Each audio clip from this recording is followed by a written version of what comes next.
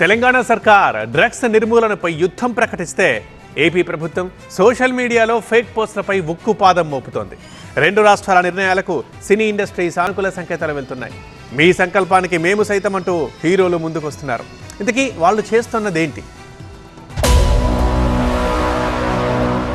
సినిమాలకు టికెట్ రేట్లు పెంచాలన్నా, స్పెషల్ షోలకి అనుమతి కావాలన్నా ఆ మూవీలో స్టార్స్ తో డ్రగ్స్ కి వ్యతిరేకంగా ప్రజల్లో చైతన్యం కలిగించేలా వీడియో చేయాలని తెలంగాణ ప్రభుత్వం ఆదేశాలు ఇచ్చింది.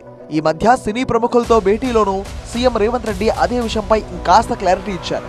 దీంతో స్టార్స్ తమ సినిమాల రిలీజ్ కి ముందు యాంటీ డ్రగ్స్ వీడియోలు షురూ చేశారు. Don't make bad comments and don't share false news on social media. Say no to drugs today. మీకు తెలిసిన వాళ్ళు ఎవరైనా డ్రగ్స్ తీసుకుంటూ ఉంటే తెలంగాణ యాంటీ నార్కోటిక్స్ బ్యూరో వీళ్ళు వెజ్ రెస్టారెంట్ బిజినెస్ ని రన్ చేస్తూ లక్షల్లో సంపాదిస్తున్నారు. వీరి నుండి ఈ బిజినెస్ గురించి నేర్చుకోవాలా?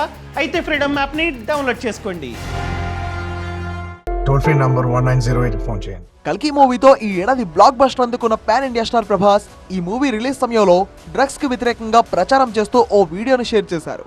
మనల్ని ప్రేమించే మనుషులు, మన కోసం బ్రతికే మన వాళ్ళు మనకు ఉన్నప్పుడు ఈ డ్రగ్స్ అవసరం అండి. Say no to drugs today. Pushpa 2 release కు ముందు ఐకాన్ స్టార్ అల్లు అర్జున్ కూడా డ్రగ్స్ కు వ్యతిరేకంగా ఓ వీడియో చేశారు. మీకు తెలిసిన వాళ్ళు ఎవరైనా డ్రగ్స్ తీసుకుంటే Telangana anti narcotics bureau toll free number 1908 కి కాల్ చేయండి అని సూచించారు.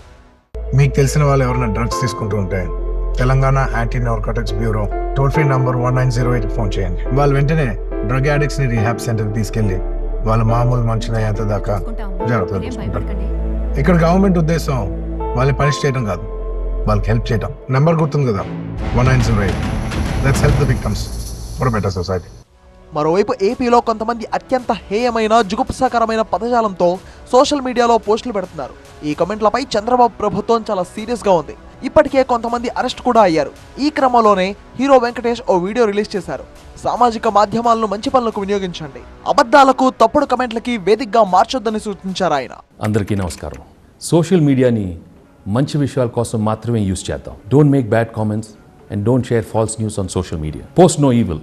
Make social media a positive experience.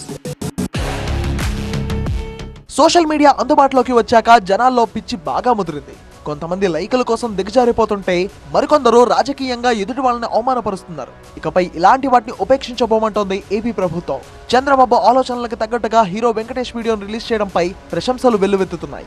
Final గా రెండు రాష్ట్రాల ప్రభుత్వాలు ఇండస్ట్రీని వేరువేరు రకాలుగా మంచి కోసం వాడుకోవాలని భావిస్తున్నాయి. అయితే హీరోలు కూడా ముందుకు రావడం మంచి పరిణామంగా కనిపిస్తోంది.